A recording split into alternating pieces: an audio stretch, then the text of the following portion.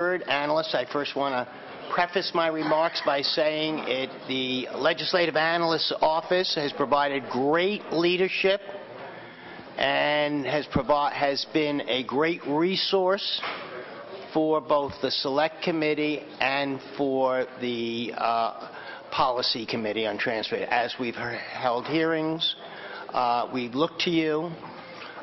We know that we're very grateful that you waited this long to hear this, but that's because of a lot of your earlier work that raised many of these issues that are not coming.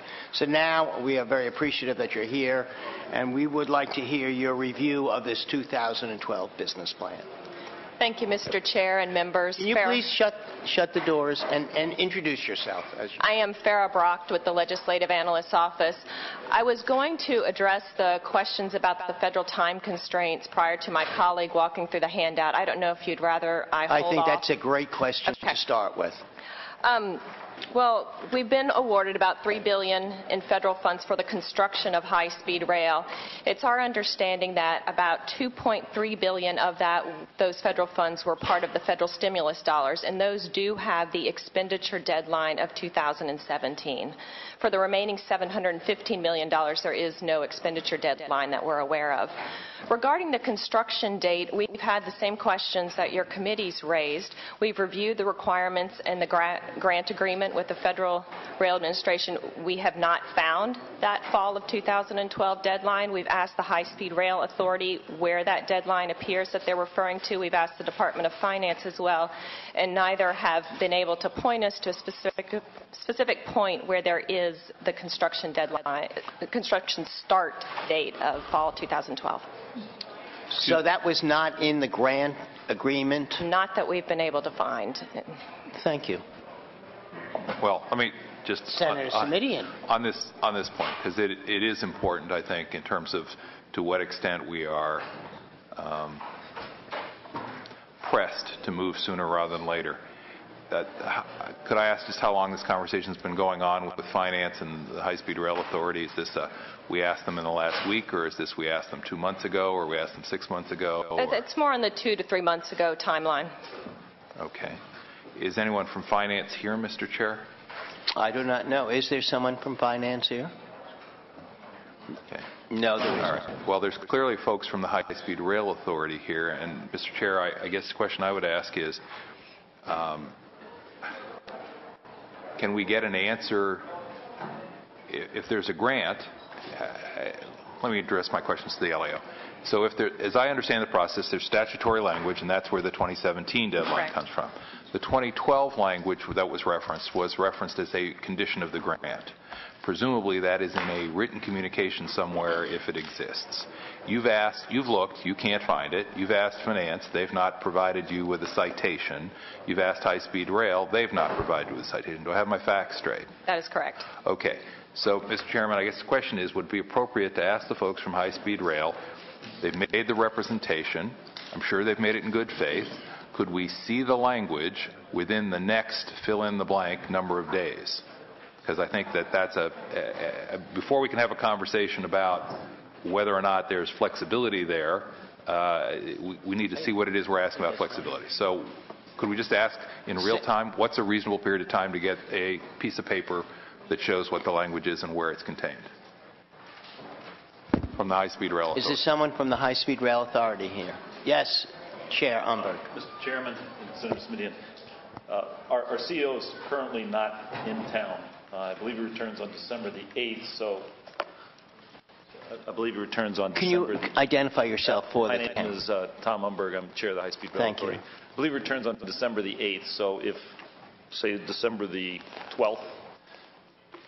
So you're saying you'll get a response back at least by the 12th of December? As I mentioned earlier, I believe that we have a constraint that requires us, whether by statute or by grant, to begin construction by the third quarter of 2012.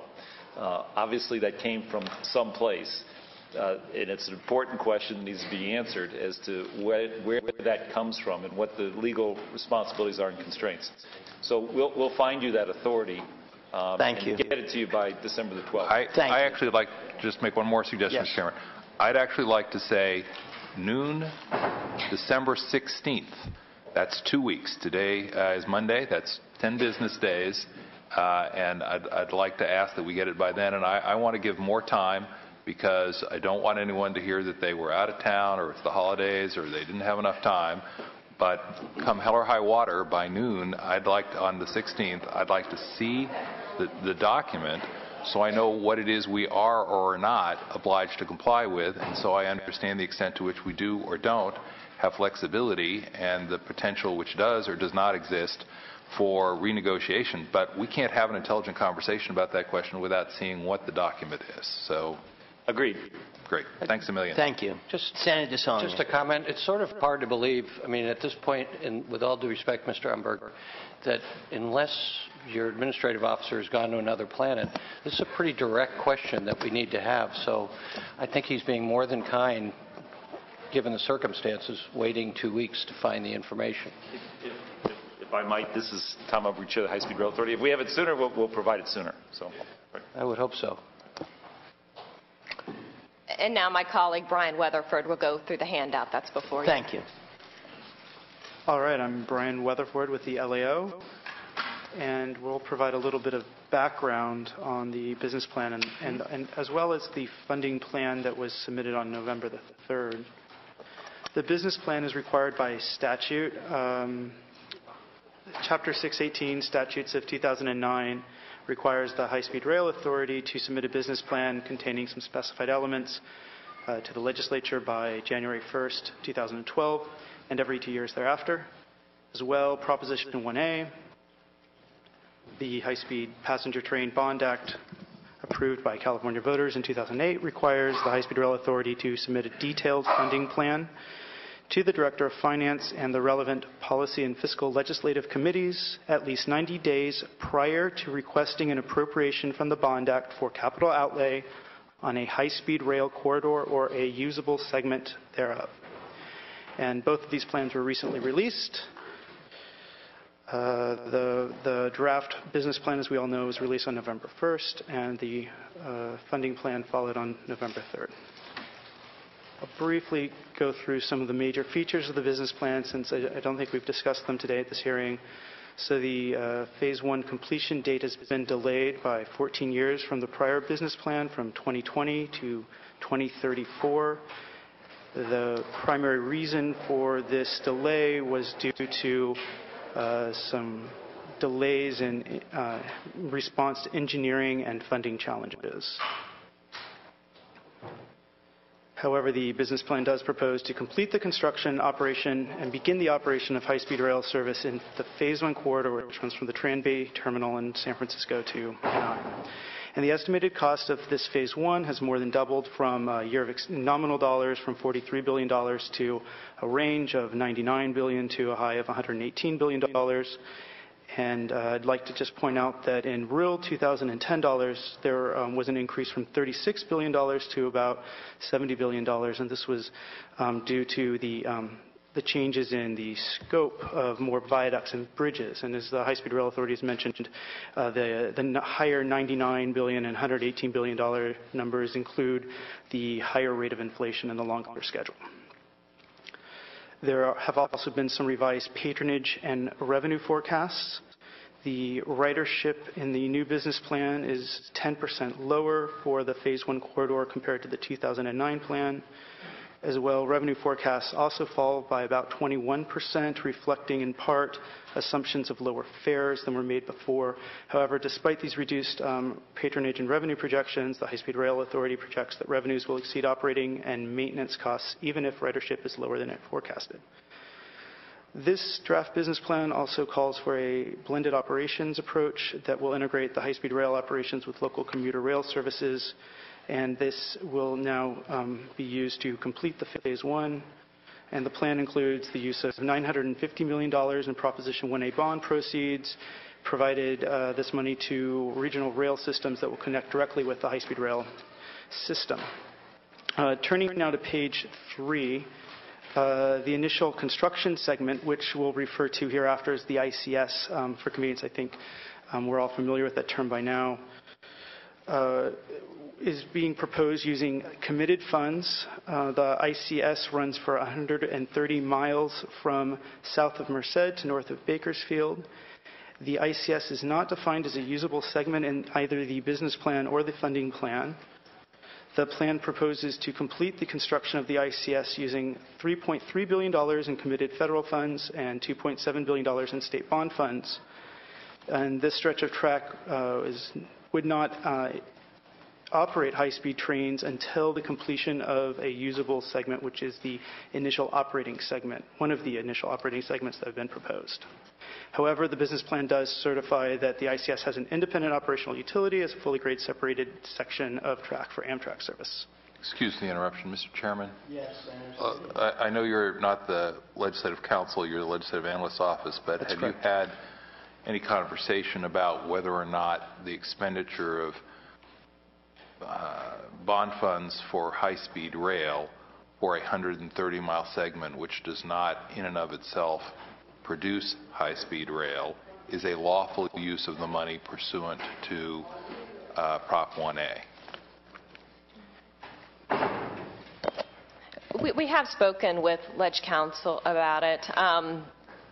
They didn't give us a specific answer, and we didn't ask for a legal opinion at this time. So what you will see when you get a little further into our handout here is our analysis of whether or not it meets the requirements laid out in Proposition 1A. And specifically for the funding plan, we found that it really did not meet, in our opinion, some of the key requirements that were specified in Prop 1A.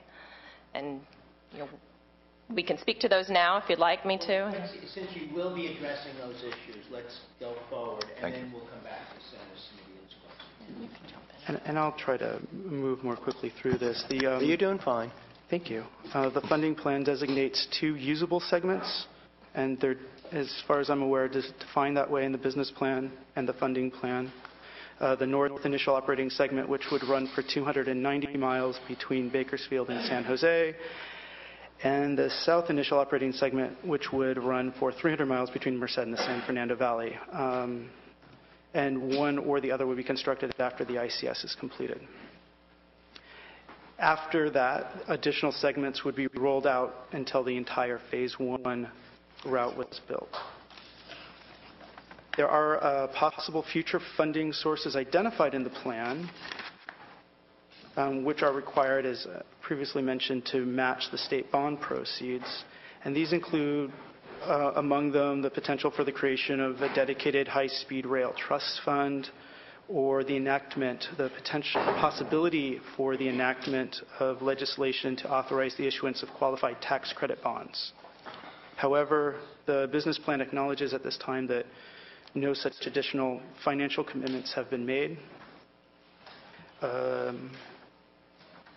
And the plan does not anticipate at this time private sector funding until a usable segment is operational and its profitability has been demonstrated. And lastly, the construction of the high-speed rail system, I'm turning now to page 4 of the handout, is expected to result in many benefits. The project is expected to stimulate regional economic growth, both in the Central Valley and in the major population centers.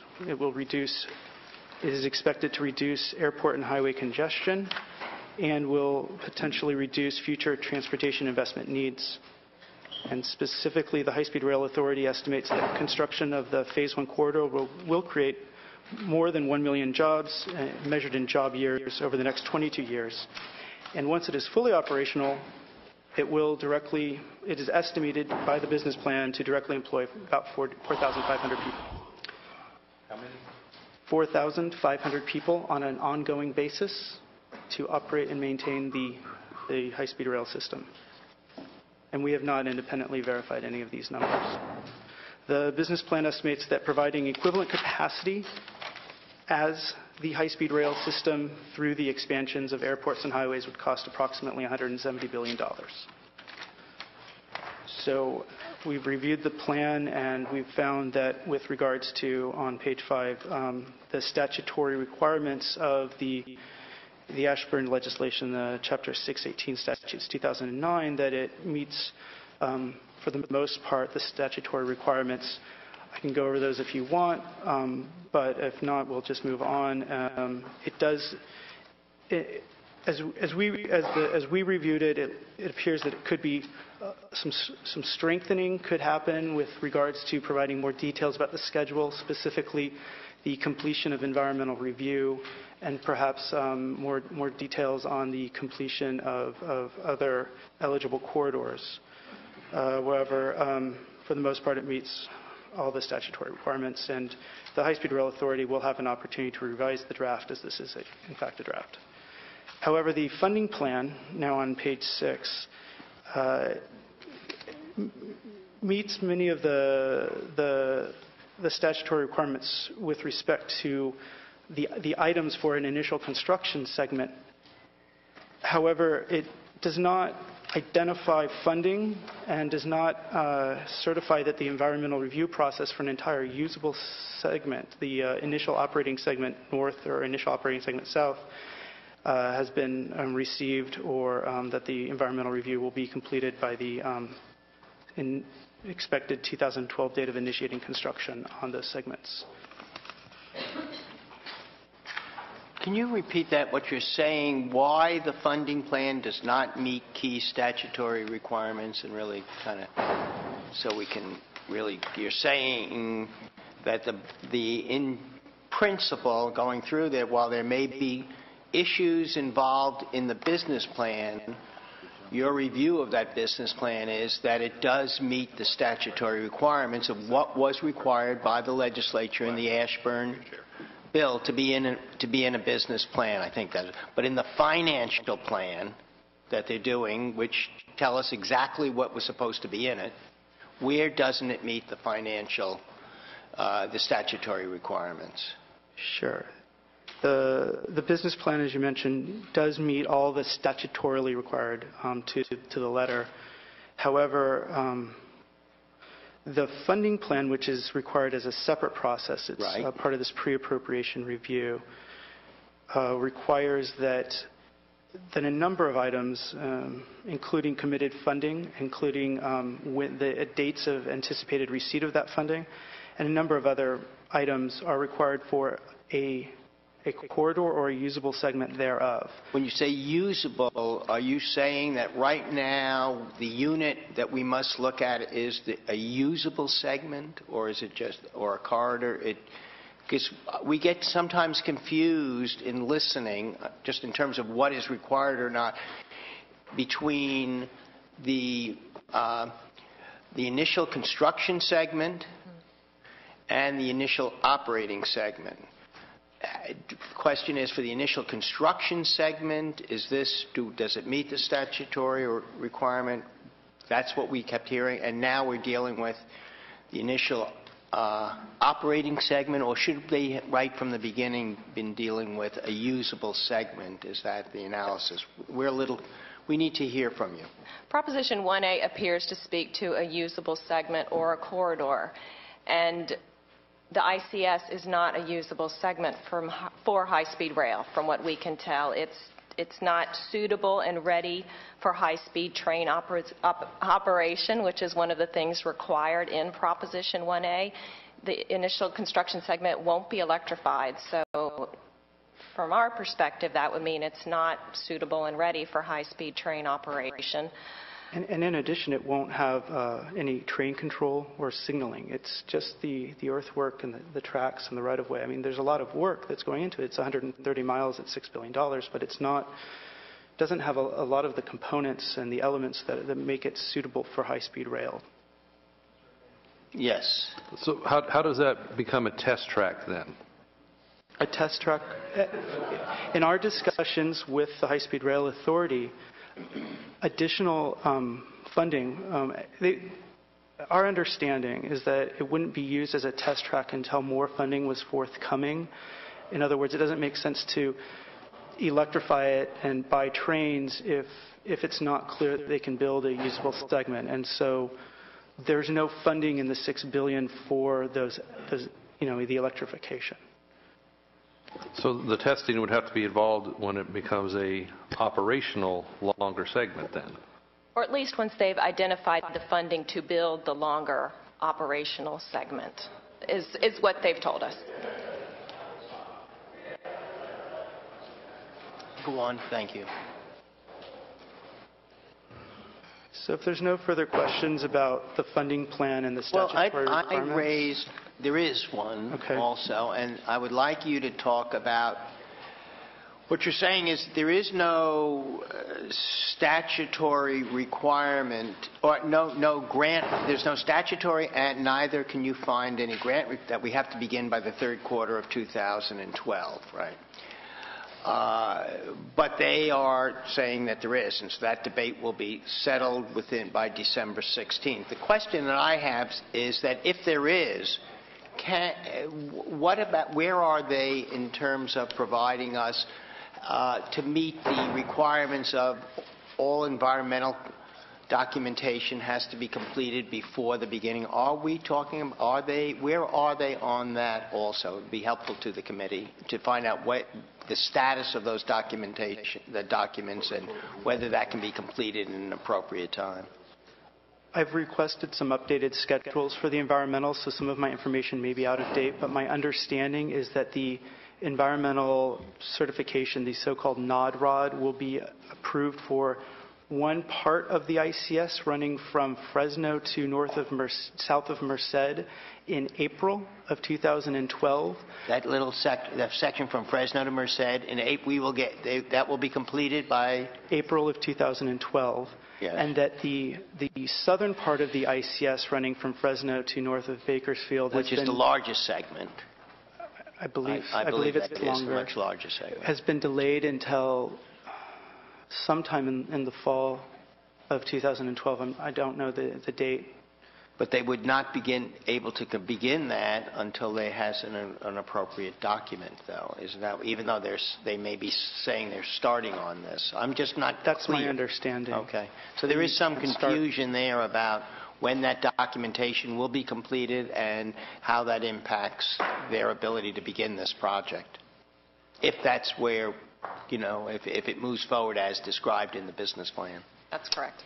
Mr. Chairman. Okay. Senator Simitian. So to return to the earlier question, understanding that there are a number of preconditions, some of those have to do with complete funding, some of those have to do with the timelines and chronology for funding.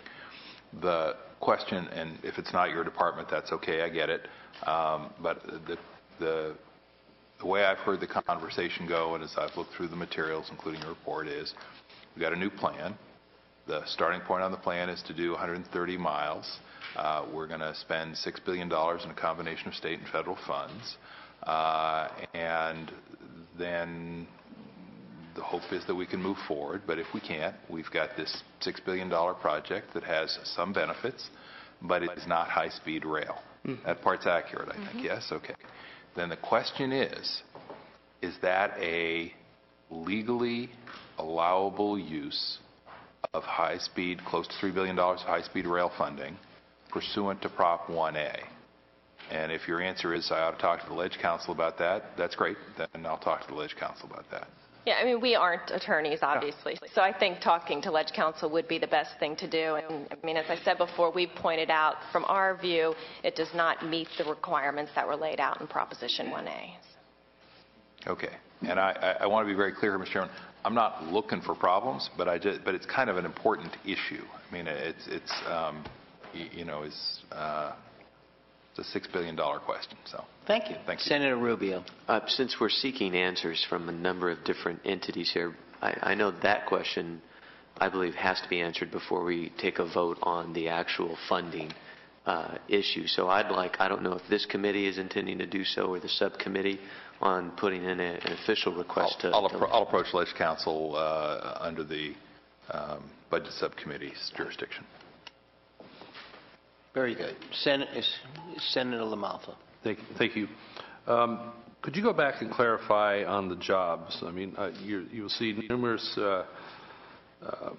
representations that there's going to be 100,000 jobs or 1 million jobs at some point or another in high-speed rail, and you put it in the term of job years. Now, so in your testimony, you said 4,500 jobs would be permanent, in the terms of a number of people that will be working with the high-speed rail system.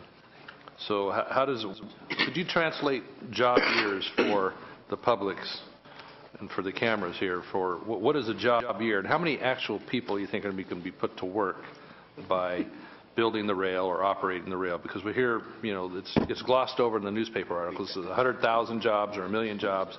What's that in the real world so the public can see that? I think that is a question that high-speed rail should be urged to clarify. I will add that the way these numbers are estimated, it's full-time equivalents per year, so it could be 2 people with a job for 6 months, or one person working half-time for 2 years for 1 job year. And so for 1 million jobs, how many people are working for 6 months or 10 years? Or what does that really mean? How many people are going to put to work? And what you can, again, you're not the ones that put out the numbers, but you would analyze. What do you think that? Unfortunately, while those are important details, we don't have those details. All right, thanks.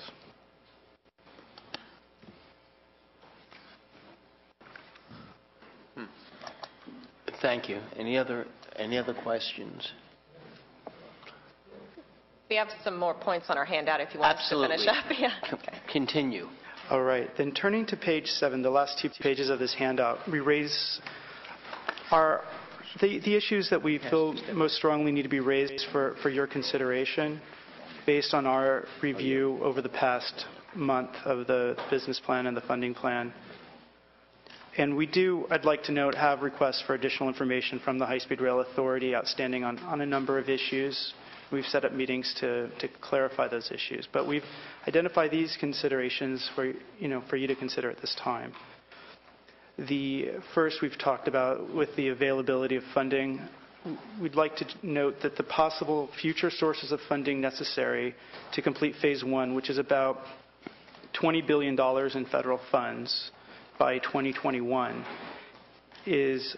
This is the first operating segment. You're or talking an about operating segment. what That's they correct. call the initial operating segment.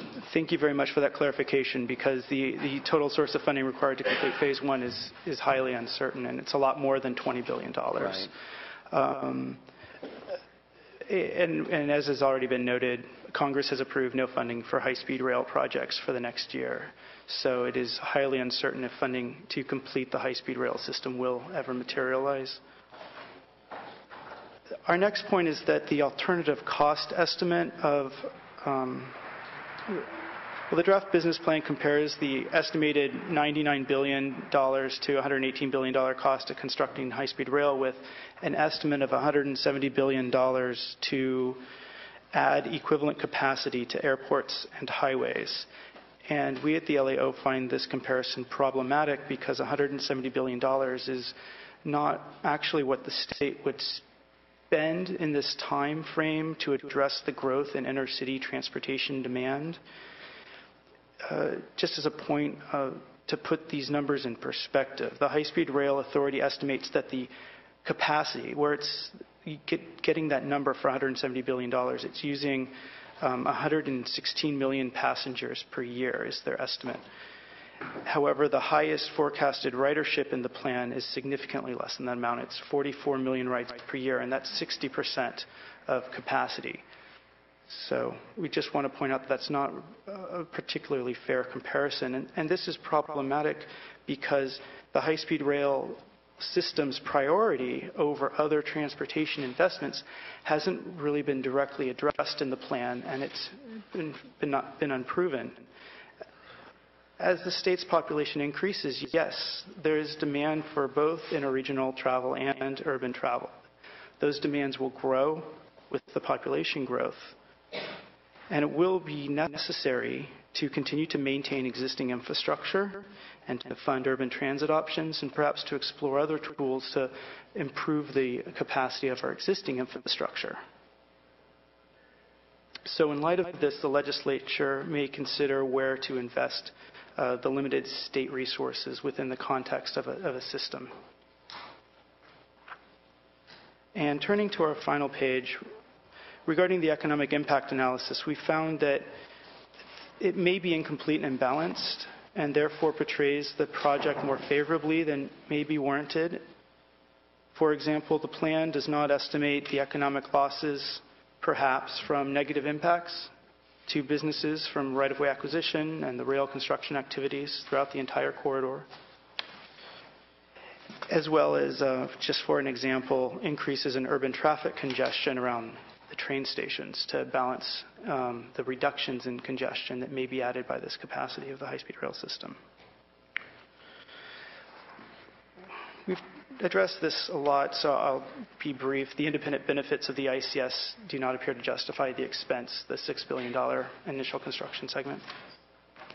And lastly, we have found that inadequate staffing persists at the High-Speed Rail Authority. There's 3 vacant executive positions that need to be filled as well. They're at about 25, 26 positions, and they're authorized for, correct me if I'm wrong, 54.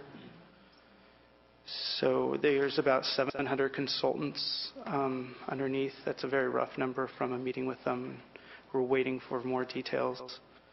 So we just feel that the structure and staffing issues that we've identified previously continue to persist. And thank you. I'll take any further questions at this time. That concludes our presentation of the handout. Senator LaMalfa. Thank you again. On the cost of land acquisition and all the related costs, do you see figures in it that are realistic on the value of the land, and does it also address where there's parallel usage of like Union Pacific or BNSF tracks, that agreements are actually made with those operators that generally are so far not, those agreements have not been made? So at what point do those costs go up for maybe a higher acquisition of land price, because government tends to lowball what it wants to pay agriculture for houses or things like that that are in the path of these types of projects? What have you looked at there as far as that analysis? And then eminent domain proceedings for folks that fight back and do not just sell their properties at whatever rate that might be. And then what is the value that may have to be paid to the other railroads for accessing their right-of-way, which they so far, from what I see, do not want to give? Have you had a chance to analyze those costs or see in the proposal, are they at all anywhere near realistic?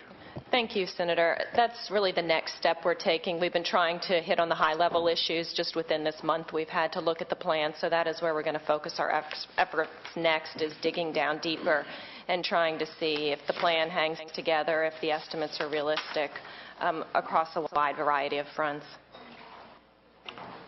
Do you have any experience in the eminent domain costs?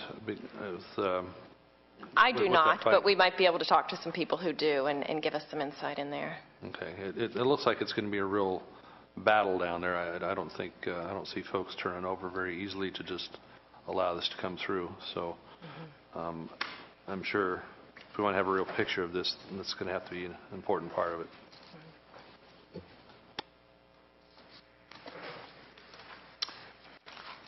Any other questions? Well, thank you. You've raised a lot of issues. Oh, Senator DeSonia. He's trying yes, to don't leave. Don't leave. Just on page 7, your comments about the alternative cost estimate overstated and priority over existing transportation investments. So I know you know that CTC did a study recently that I think we're 300% underfunded in our just what we have on our table now. So are you going to do further analysis about these two? Because it gets to my concerns, as I expressed to the panel, that if their assertion is basically it's a zero-sum game you're going to have, or even more so in their direction. And then what I heard today was, from Mr. Rossi, was they wouldn't be coming back to the state for any more requests other than the $7 billion. Seems to me a bit of a stretch, given when you read the business plan, there's lots of language about other leverage dollars that they could come from. So are you going to do more around that regard? Because I think at least, I'm sure the fiscal committee as well, but the policy committee, we don't have enough money as there is. And as you say, urban rail probably could gobble up a lot of this money as is. So you're shaking your head. That is certainly where we plan to do some more work, and that's part of the reason we have additional meetings set up with high-speed rail, but we'll also be reaching out to others to get a better assessment of transportation needs throughout the state, because as we touched on, prioritization of our limited dollars is it's a huge part of the discussion here. And then as far as then the next assertion would be, well, we'll get it from the federal government, and we've been waiting for reauthorization for some time without reading political tea leaves. The probability of getting enough to cover this, I assume you're going to look at as well. Yes, certainly. Okay. Thank you.